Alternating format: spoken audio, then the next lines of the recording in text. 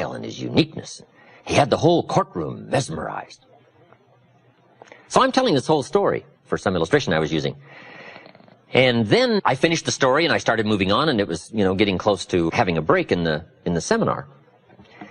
And when I finished the story, a lady stood up. I had a class of about 40, 50 people. She stands up. She said, "Mr. Rohn, could I say something?"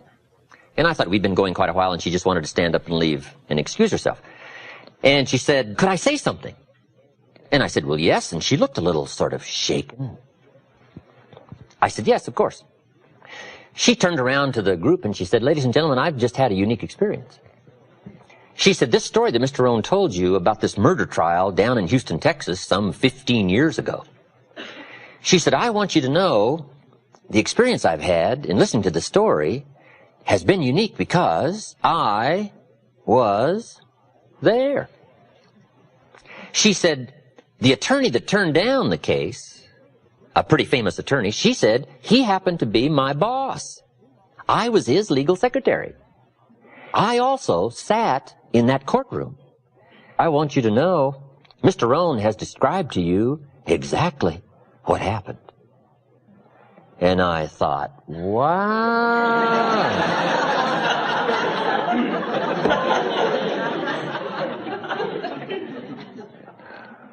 Close, right? I'm asking you, right? Tell accurate stories. Deal in truth, because you never know when 15 years later somebody's going to be sitting in your audience, okay? But learn to trust the truth. There's nothing more powerful than the truth.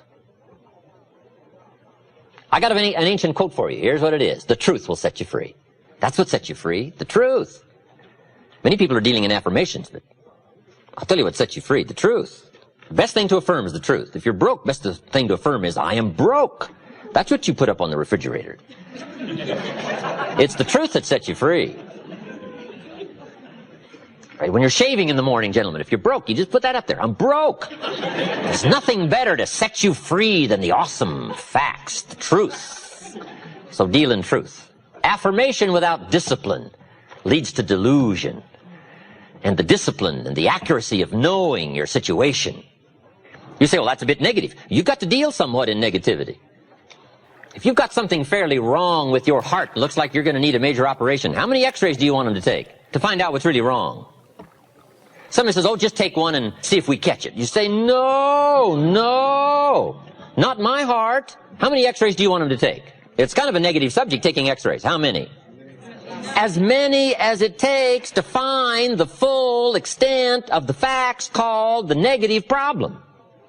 So best to state the truth. Now we can deal with truth. Now we can deal with the problem if we accurately state it and we take an x-ray that shows it in all of its insidiousness. Now we can go after it and we can effect a cure. Now we can start the positive treatment. But at first, you got to know the problem before you can find the answer. So dealing in truth, so important. It sets you free. Next in the list of key things to remember in the art of persuasion, I've got down here quotes. You might as well borrow somebody else's good language. If they've said it extremely well and you can use it to illustrate a point, just borrow it. I borrow everything I can borrow. All the stuff Mr. Schoaf taught me, I borrow all that. Try my best to give him credit for all the things he shared with me. But borrow. Some people have said it so well, there's no use trying to think up another way to say it. Quotes. It shows you've done your homework. It shows you're passionately interested in your subject. The quotes, the stories. In some other seminars I give, I use a lot of quotes. I'm talking about humans being affected by each other, and I quote the lyrics from a recent song that says, if not for you, the winter would hold no spring, couldn't hear a robin sing. I just wouldn't have a clue if not for you. Now, see, that's so well said. You couldn't improve much on that. So the key is to just borrow all that you can borrow to support your argument, to express your heart, or to express your mind and your feelings. This is part of the art of persuasion, learning to borrow things well said and well constructed. Winston Churchill said, the truth is incontrovertible. Malice may attack it, and ignorance may deride it, but in the end, there it is. See, that's so well said. You could stay up all night and not think of that, right? But you don't have to stay up all night and think of it, right? Churchill's already said it. But it's so powerful and it's so brief and it's so precise and it's so dramatic that you might as well borrow the drama that comes from the language just by exercising the quote. I talk about the brevity of life in one of my other lectures. The Beatles wrote, "Life is so short." What a powerful lyric from one of their songs. And for John on the streets of New York, it was extra short. But see, those are powerful words. Elton John sings, "She lived her life like a candle in the wind." Wow, you can't think of much better lyrics to describe how fragile life is and how brief it is.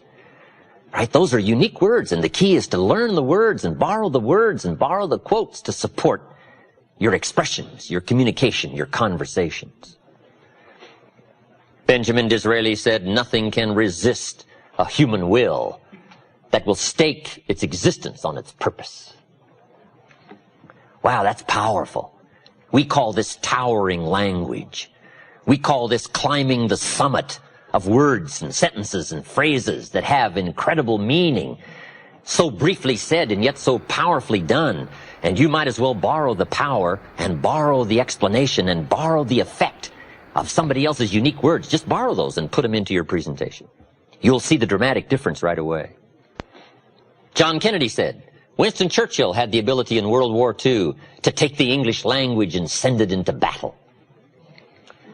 And we were all inspired by the speeches, rallied to the cause, the tenacity to hang on, the visions of the rascal, Hitler, and his insidious, casting a long shadow over the land of Europe. Churchill had the ability to use the language to get us to see and to get us to think and to stir the mind and stir the heart and stir the soul. I'm telling you, words are so powerful. And think up words of your own that are powerful, but when you need it, reach and borrow somebody who has said it well and offer it for somebody to consider, to touch the heart and touch the soul and mend the problem and get somebody to decide, to try, to move, to change, to grow. Of course, this isn't an easy task. It wasn't meant to be easy. It was meant to be a price, because that's how you appreciate the promise of language. The language that affects the cure, the language that reaches and touches. You've got to go through some of these skills, learn the craft. Now I've got another word down here you might not have that much use for. It's called oratory. Oratory is a dramatic way of saying something, to catch someone's attention, to drive the point home. And you may not have that much use for oratory. I probably use more oratory informally than I do in public. I'm a little more reserved on the platform behind a podium. I get a little more dramatic in person. It's just my style. A little more conservative in public, a little more dramatic in person. But I do have a bit of oratory. One of my lectures, I'm dealing with the problem of complaining. I go through a whole list called the diseases of attitude. And when I get to the last one, complaining, I'm wanting to really make it clear. And I say, spend 5 minutes complaining and you have wasted 5. And you may have begun what's known as economic cancer of the bone. They will soon haul you off into a financial desert and there let you choke on the dust of your own regret. Now, that's what we call a bit of oratory, right? Oratory. Just a burst, right? Now, you can't do 30 minutes of that, right? That'd be too much. But when the occasion calls for it, oratory, saying something in a more dramatic fashion.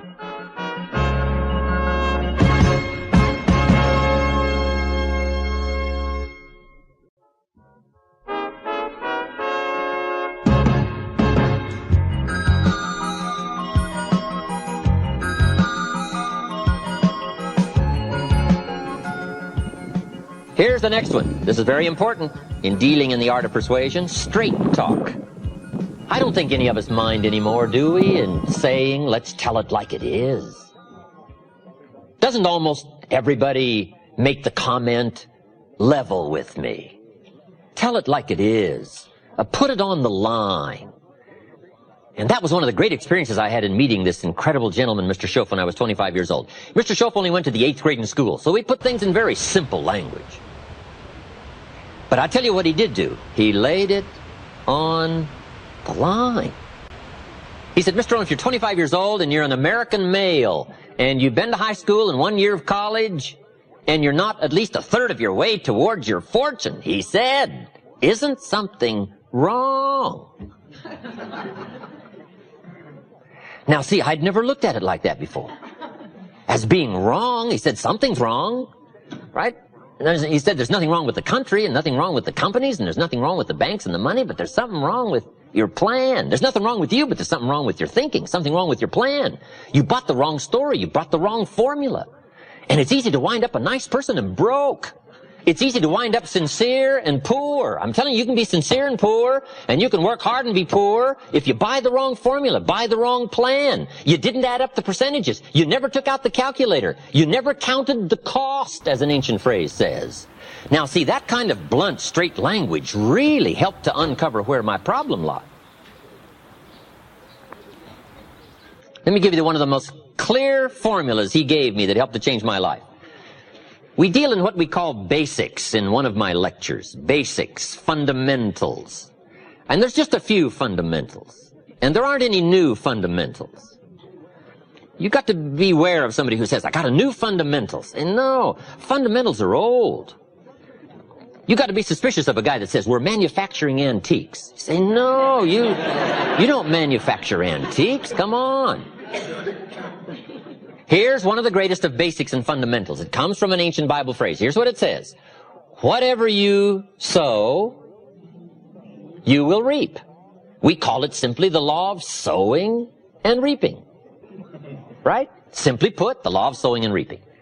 Now then, Mr. Schoaf said to me, Mr. Rohn, there's another way to quote this law that may very well help to discover where the problem lies. I said, okay, I'm ready. Here's what he said. It's also quoted like this. Whatever you reap is what you've sown. I thought, wow, I never thought about that. Now there went my list of all the things I blame for my current circumstances. If you don't like the crop, who do you look up? Answer, whoever planted it.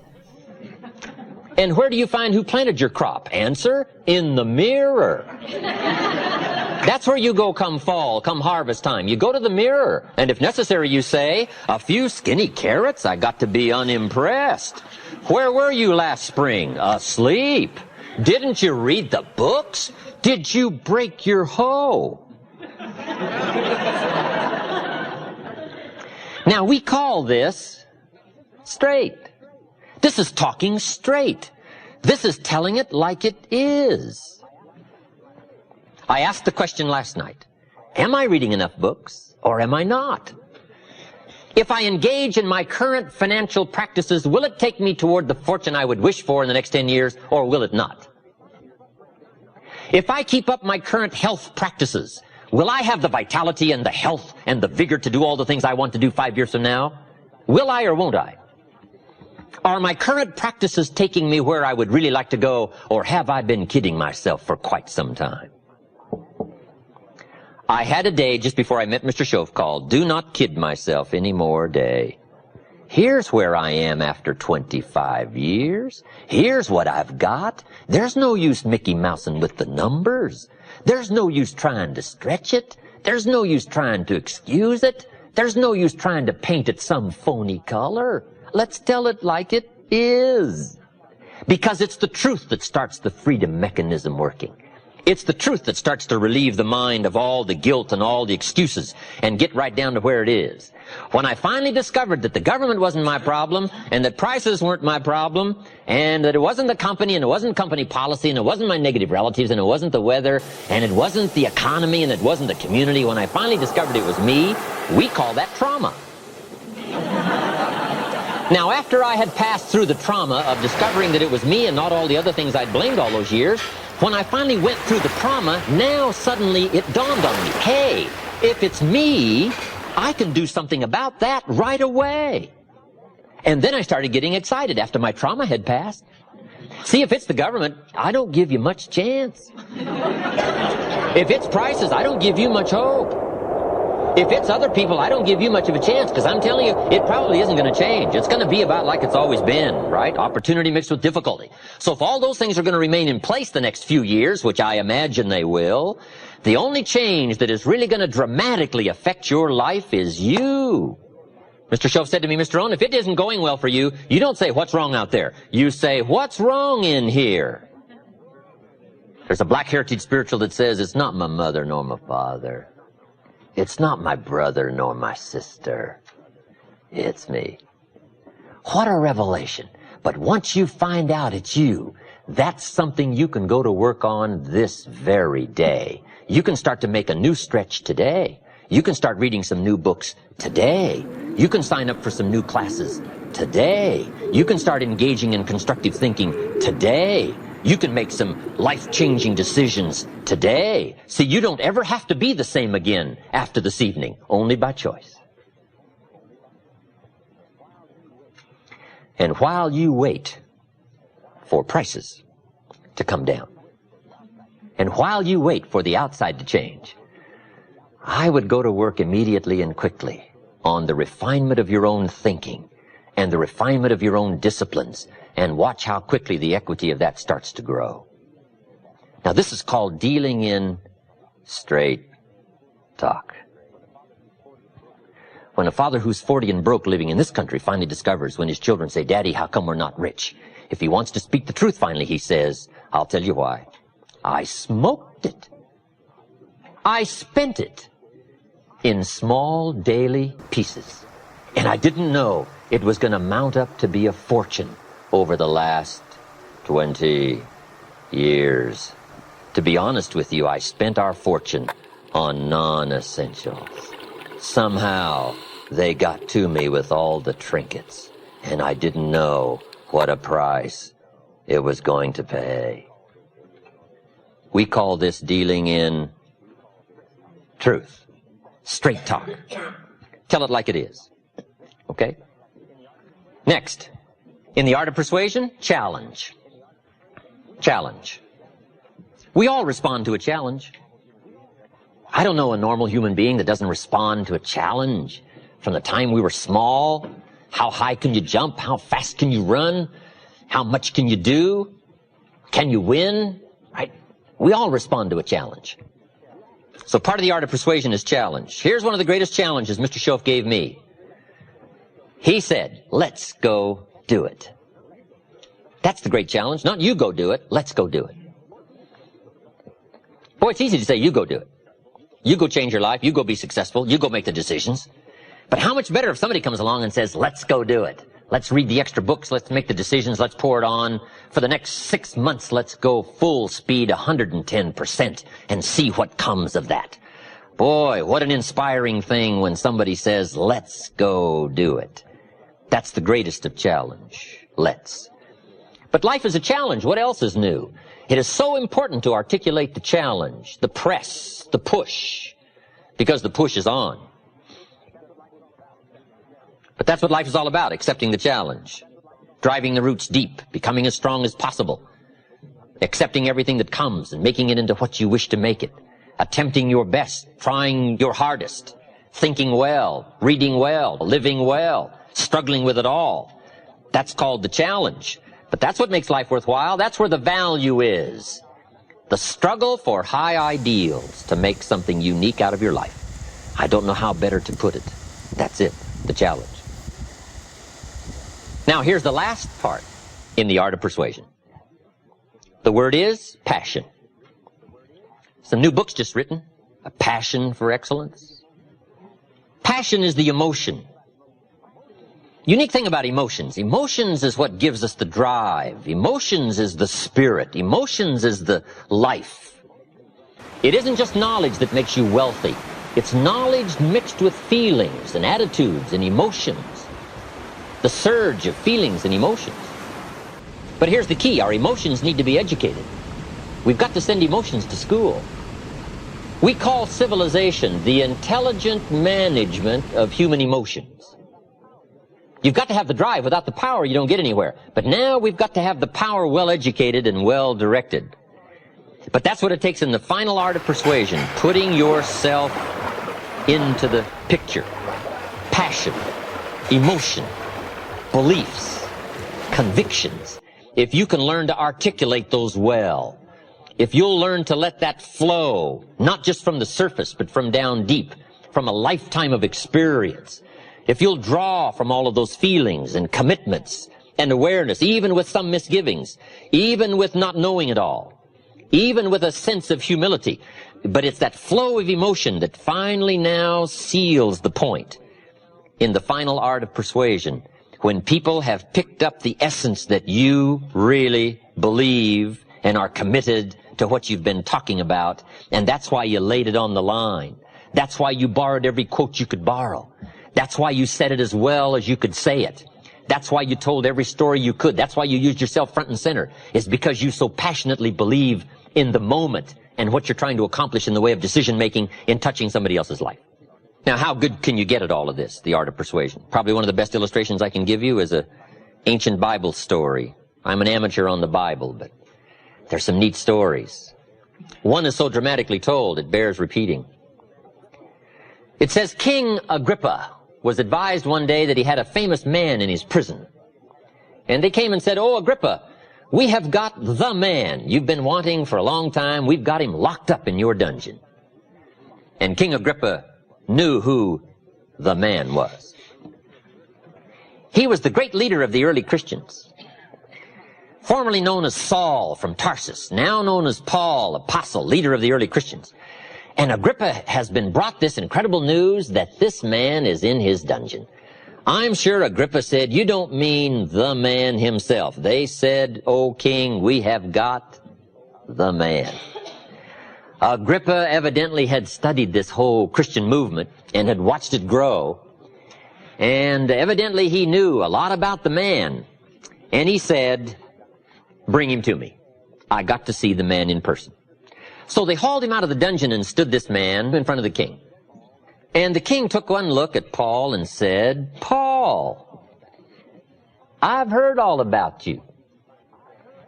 Unfortunately, you find yourself in my dungeon, but what is going on here? What is this Christian movement? Why are all these people willing to give their lives for this incredible cause and willing to sacrifice? It's growing like a prairie fire, spreading like wildfire." He said, "What's going on here? What is happening? What is this Christian thing? What about you?" And Agrippa said, "Tell me your story." He shouldn't have asked. Right? One more time, with eloquence to spare. And if you're a good reader of drama and stories, this is one of the most important ones to read in all of literature and history. He gave the greatest example of somebody who knew how to use the language to tell his story. And he went through and told his story. He said, "I used to hate the Christians. I was known as Saul from Tarsus. And then one day I'm making it for Damascus. This great light shines out of heaven, knocks me flat, grinds my face in the dirt, and blinds me for 3 days." He told the story with eloquence and precision and drama. And then he said, "I was finally persuaded to be a Christian, became a leader, and now the people I hated I now love." Went through the whole scenario. And he wrapped up his presentation to King Agrippa by saying, "O king, I only now have one request." And Agrippa said, "Pray tell, what is that?" And the great man said, "My request is, I wished you were just like me. I wish you had what I got, except for these chains. I don't wish these chains on you, but for the change, not the chains. If you could see what I can see, if you could have what I've got, that would be my greatest wish." What an occasion. What a chance for eloquence. What a chance for precision of language. What a chance to relate your experiences and pull from the past and relate it to the future and bring it to the drama of the present. And when he finished his story, the story says the king did send him back to the dungeon, but before he sent him back, he did look squarely at the man and say, "I must admit, sir, you have almost persuaded me to be a Christian." What a drama. What an occasion. So how good can you get at this art of persuasion and communication? Well, you might get so good you might have a chance to persuade the king. Let alone anybody else between you and the king, they won't have a chance. All right. Communications. Touching people with words. One more formula in touching people with words. It's going to be 20% what you know, 80% how you feel. So I'm asking you to work on knowledge. But the greatest of skills is to work on the precision of emotions, feelings, commitment, passion, for the cause, for the occasion, to solve a problem. To touch somebody truly with spirit as well as mind. With heart as well as words.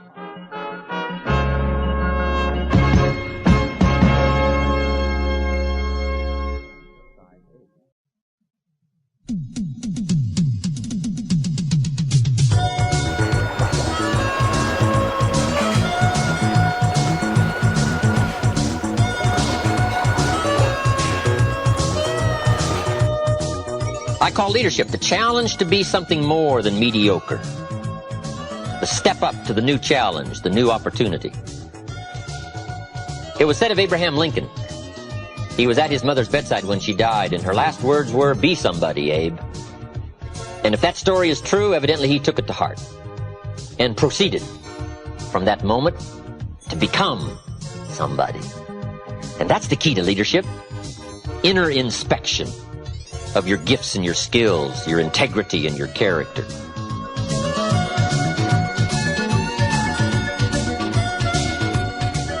I've got a good phrase for you to jot down. Here it is. To attract attractive people, you must be attractive. We're going to talk now about leadership skills. To attract other people, the key is to be attractive. We come back to the central theme of all of my lectures. Here's what I start with. The major part of your world starts with you. Mr. Schoaf gave me, in dramatic fashion, one of the major keys that changed my life. Here's what he said. Work harder on yourself than you do on your job. That simple statement started to make measurable change